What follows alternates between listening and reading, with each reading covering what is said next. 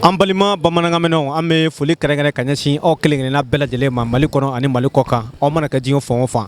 nin waati in na an bɛ furu ye i ka dɔn k'a fɔ kadolo sɛkili dɔ ye ani kadolo cɛ a bɛ taa kilo 50 bɔ ɲɔgɔn la an nana furu bi ka sanga ni an balimakɛ o ka welekan de k'o jaabi o ye jɔnni ye Saramaya Bazɛn a PDG a n'a ka jama k'a da furuka bɛɛ lajɛlen tulo kan Côte d'Ivoire Burkina Faso Kajana Tɛngɛrɛnna Ziegois Fuluna mara maa bɛɛ k'a daminɛ Kajolo Jumatɛnɛ Ziegois Nemugu Samadugu Kaɲi ani Lulunikan bɛɛ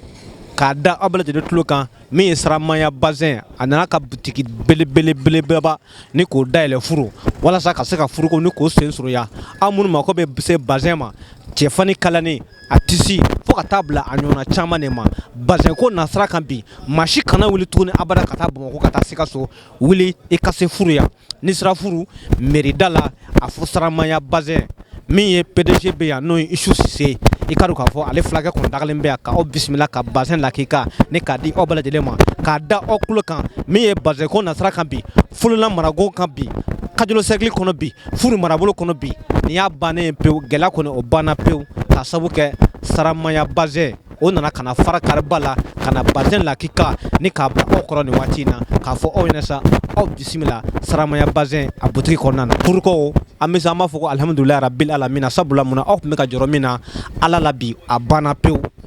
k'a daminɛ Kajana Tɛngɛrɛnna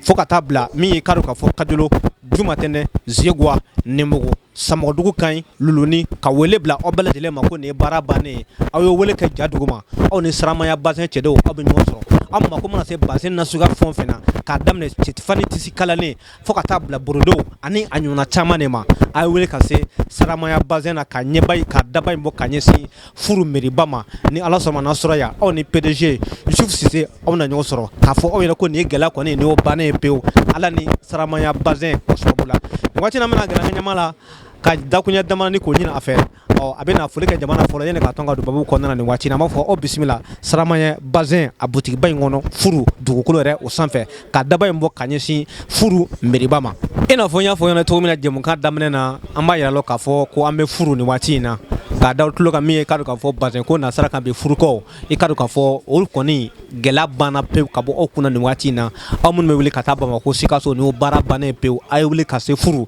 dugukolo sanfɛ yan n'aw sera furu a y'a fɔ ko Saramaya Bazɛn u bɛ k'o ka butikiba in dayɛlɛ ni ka ɲɛsin furu meri ma k'a da Banasokaw tulo kan Banasoka minnu bɛ taa fo ka taa bila fo Sikaso o banna pewu a ye na furu dugukolo sanfɛ Saramaya Bazɛn o nana ka na aw sen surunya an bɛna a ɲɛna balimakɛ fɛ balimakɛ i tɔgɔ ni jamu. Salamualeykum warahmatullahi wabarakatuh. Ne tɔgɔ Yusuf Sise ka bɔ Sikaso. Sise an m'a ye k'a fɔ aw ye butikiba in dayɛlɛ nin waati in na furu ka sabu kɛ furukaw u ka welekan ani u ka laɲini fo ka taa bila Kajolo sɛkili maa bɛɛ lajɛlen ma k'aw kana Saramaya Bazɛn k'a dayɛlɛ su aw ye Saramaya butiki in dayɛlɛ sisan aw bɛ fani qualité jumɛn de feere aw ka butikiba in kɔnɔ dɛ. Ok alhamdulilayi rabil alamin i ka ɲininkali a diyara n ye kosɛbɛ an bɛ qualité caman feere bon k'a daminɛ Bazɛn na ka taa borode la ka taa javaw la ka taa targetiw la tisiw cɛ tisiw ani vaxiw a bɛɛ lajɛlen b'an fɛ yan nɔ yiridow bɛ yen dara completw bɛ yen borode légerw bɛ yen alhamdulilayi bɛɛ bɛ yen nɔ inshallah. Isu a m'a fɛ k'a dɔn i b'a dɔn Bazɛn ko kuma de ka ca bi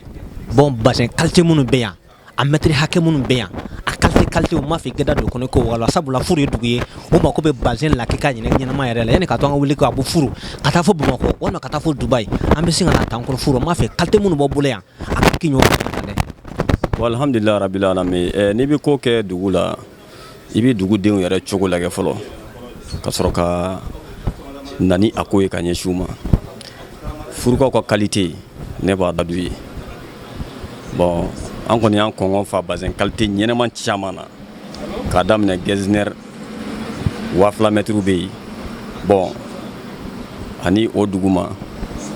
Getlixiw bɛ yen Goldiw bɛ yen Vebaw a bɛɛ bɛ yan nɔ i y'a faamu bon a n'a ɲɔgɔnna caman a jɛman fara couleur ma bɛɛ lajɛlen kan bɛɛ b'an fɛ yan nɔ inshallah u kɔni u sagona bazin bɛɛ lajɛlen bɛ yan i mago bɛ qualité la a bɛɛ bɛ yen a motif bɛɛ b'an fɛ yan nɔ inshallah k'a da furu a n'a nangadugu maa bɛɛ lajɛlen tulo kan k'a daminɛ furu banaso miseni siyama ziegowa kajolo nimugu jumatɛnɛ fo ka taa bila samɔgɔdugu kan a luluni k'a da aw bɛɛ lajɛlen tulo kan ko bazin lakika bɛ furu nin waati in na ko nin baara bannen